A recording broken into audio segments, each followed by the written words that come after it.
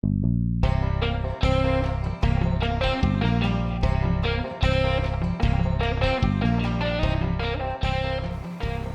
welcome back. Well, today I'm going to be testing the oxygen sensors, or excuse me, the NOx sensors on my 2000 Yukon 5.3. I've pulled these out of the engine that I'm rebuilding just to see if they're still good rather than go through the expense of buying more. I have a chart here that I'll show you in a bit that tells how to test this. But first what I want to do is I want to check the continuity between each connector that goes on the end of each NOx sensor. I want to check the wire going to it and make sure the wire's okay before I start going through the expense of buying new NOx sensors and new wiring harness. I do believe the original equipment might actually be better than what I can purchase nowadays, and if it is, I want to put this back in rather than go through the expense of buying new. So let me hook up my meter to this and see if I got a continuity test between these two lines, these two sensor connections, and it'll tell me if the wire is good or not. Okay, this is where you need to use 3 hands. Maybe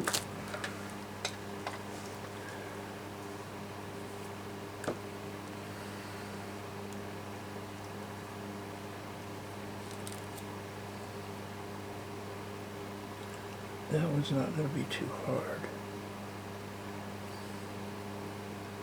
This other one's going to be rough. Maybe it'll just hang right there for a minute.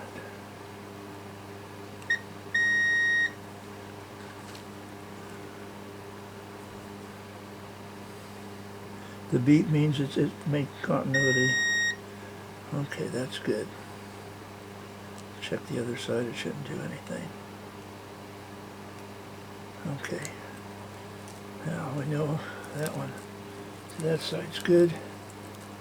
I'll go over to this one. Put the line right there.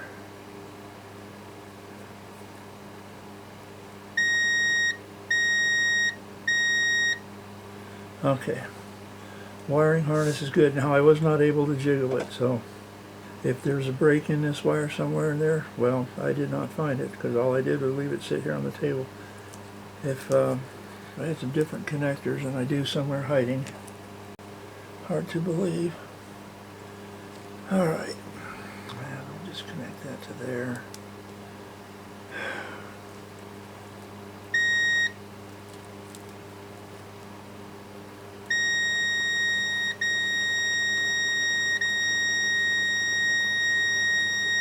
Okay.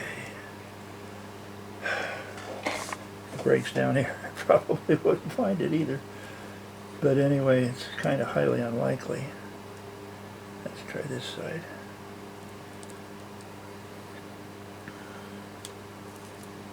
That should be this one over here.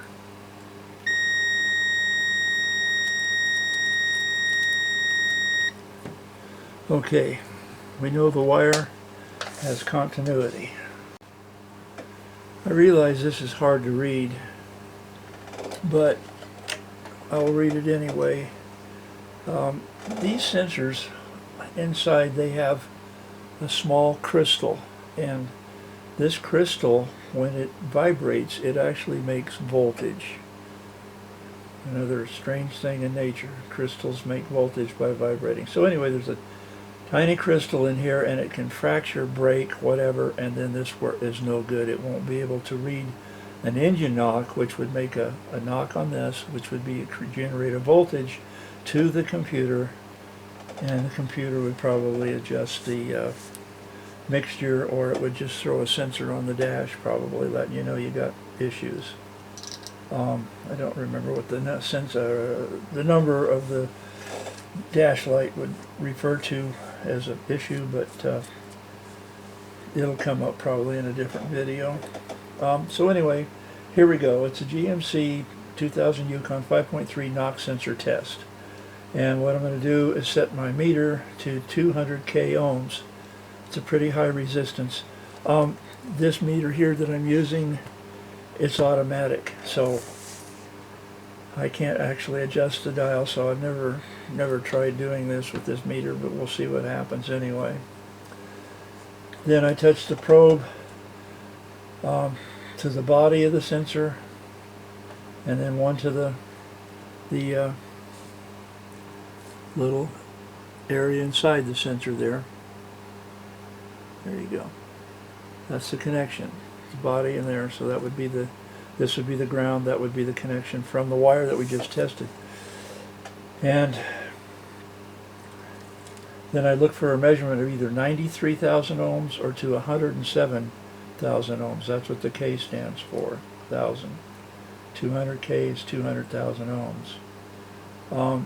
If it is a dead sensor, it'll be a 0 on my meter or an OL reading on my meter, which I'll show you. On my meter, it does have an OL reading open. Okay, below 93,000, sensor is shorted or dead. I believe the standard reading for these is right around 100,000. So if it's below 93,000 ohms, it's shorted or dead. So you want a reading between 93,000 and 107,000. Then after I do that test, then I'll switch to the AC on my meter here and do a voltage test at 200 millivolt. It's a very small voltage, and I'm not sure if my meter will actually get there or not. Like I said, I can't set it, so we'll find out. And I'll connect the leads just like I did, or I'm going to do in the sensor here when I do the resistance test. And if I get 10 millivolts to 500 millivolts, when I tap the sensor, I'm going to have to tap the sensor like that to generate like an engine knock. And I should see a spike on the meter when I do that.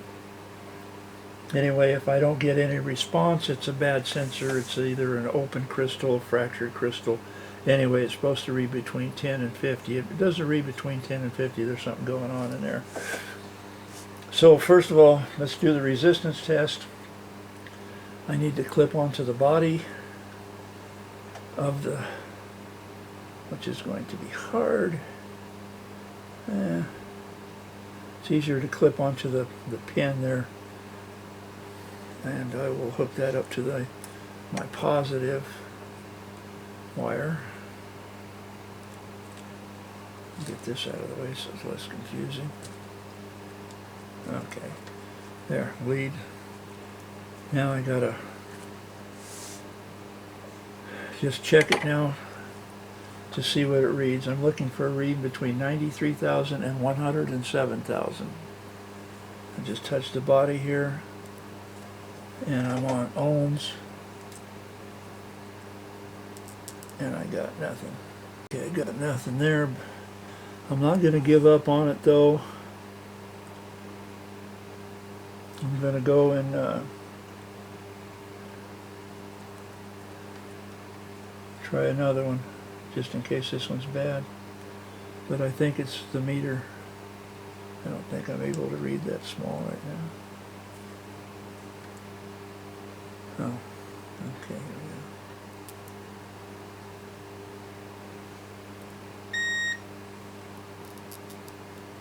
Well, it's reading something, otherwise it would be, that's a short right there. When I go like this, that means it's shorted. When I go like this, it's reading something because it's not giving me a short. So what I need to do is maybe find another meter. Okay, before I switch the meter out, I switch to voltage because I want to see if it'll work with voltage. And I'm going to hold my probe and then tap it, and I'm looking for a jump in the meter, and I'm looking for 10 to 50 millivolts. We don't know what the meter's set on, but it's supposed to read voltage, so it's going to do something here. There it went. 22, 28, 13. Okay, it's reading. You saw that the harder I hit it, the more it read actually. The least amount I hit it, the less it read. So let's switch over to the other one and see if we can get some sort of a voltage reading on it. These sensors here are out of the rebuilt engine, or the engine that I got from a wrecking yard that I rebuilt partially, and these were in it. Okay, here we go on this one. No, I missed it. Let's see. I wonder if I can hold it. Yeah. So you saw that. This one's definitely reading as well. I'm pretty sure the resistance is okay if it's reading the voltage, but I still would like to check the resistance. I've got another one here from the engine that I just pulled out of the Yukon, and this was in the Yukon other engine. This one right here. While we're testing for voltage, let's just test it.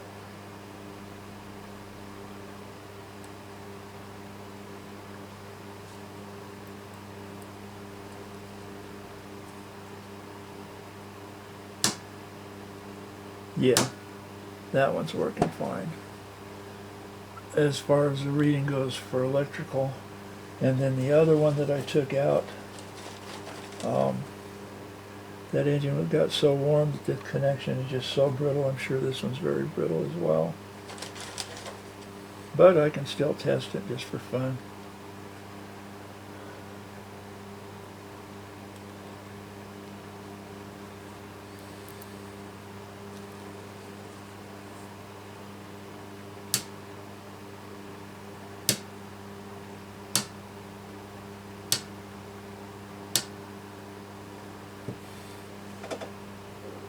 $10 to 50 millivolts.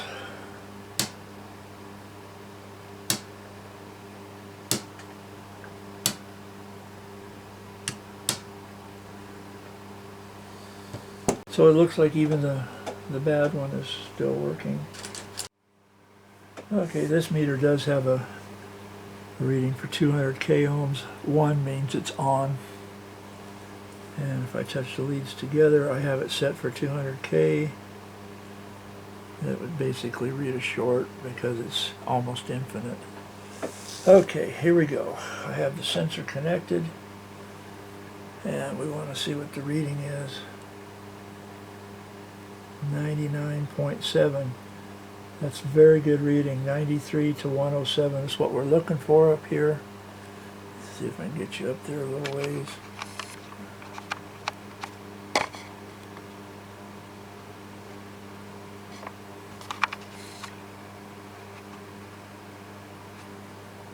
Okay, 93 to 107, and touching the meter, we get 99.7. That's good.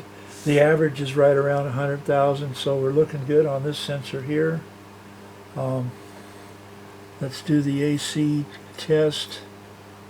The DC test.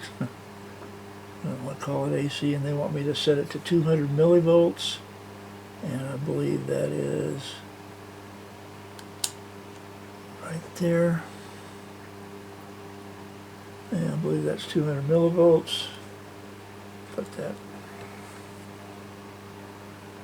that and tap it.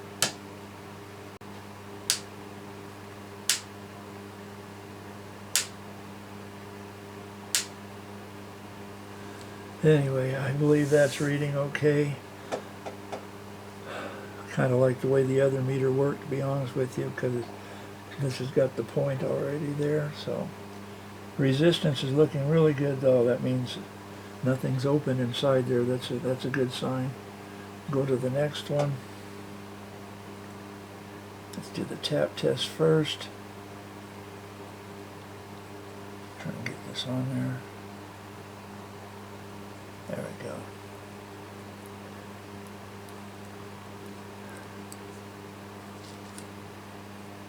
Probably reading electricity in my hand.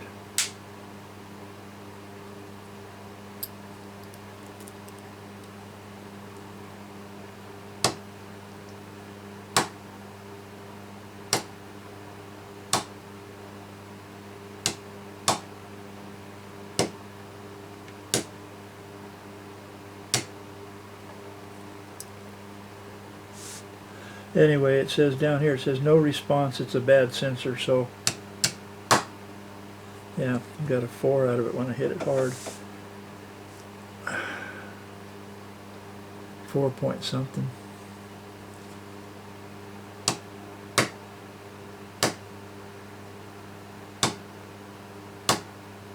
I guess it'd really have to be hammering to get up to 10 to 50. But I'm just tapping on the side, so let's see what the resistance is on this one.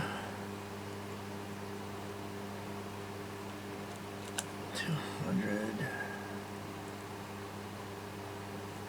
Right there. Resistance is 99.7, just about like the last one. So both of these are reading very well. I did not like me tapping on it and reading the 10 to 50 millivolts. The millivolt scale is kind of confusing, and it just doesn't, it seems like I'd have to hit it really hard to get it to hit 10 to 50, but tapping on it makes it move, so that means it is actually working. And down here it says if there's no response, it's a bad sensor. So if you got a bad sensor, hit this. You know, I got a bad one over here. I'm going to really whack it, because I cannot use this one because the connections broke on this entirely. So what I'm going to do, I'm going to hit this one really hard because I will never use this one. And see what happens. Hold down on that like that. Whoops, this is a resistance reading.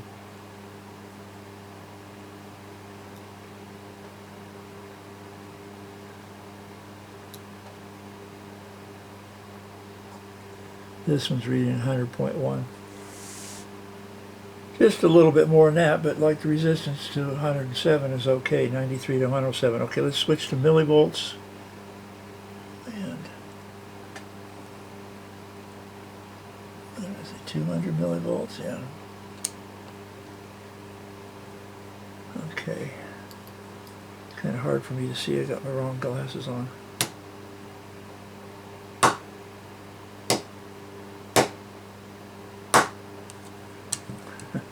You gotta really whack this sucker. What if I got another lead? I do. I have another clip lead.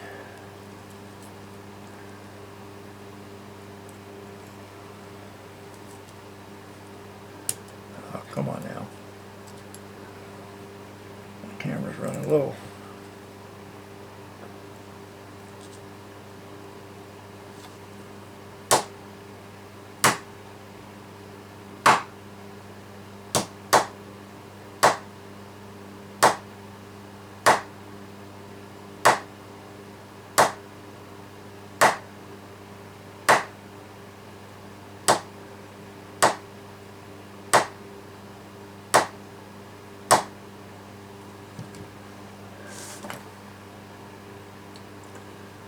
I guess that's where it's supposed to read.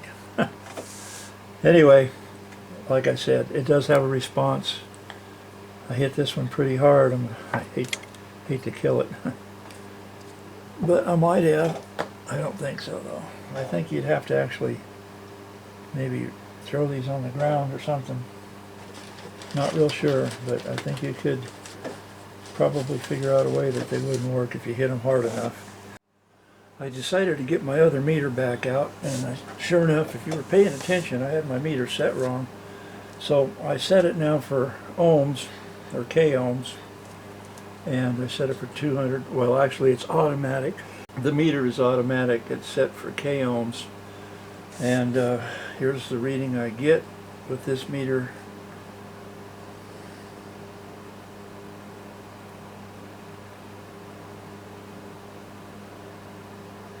.7 on that one. And let's check the other one.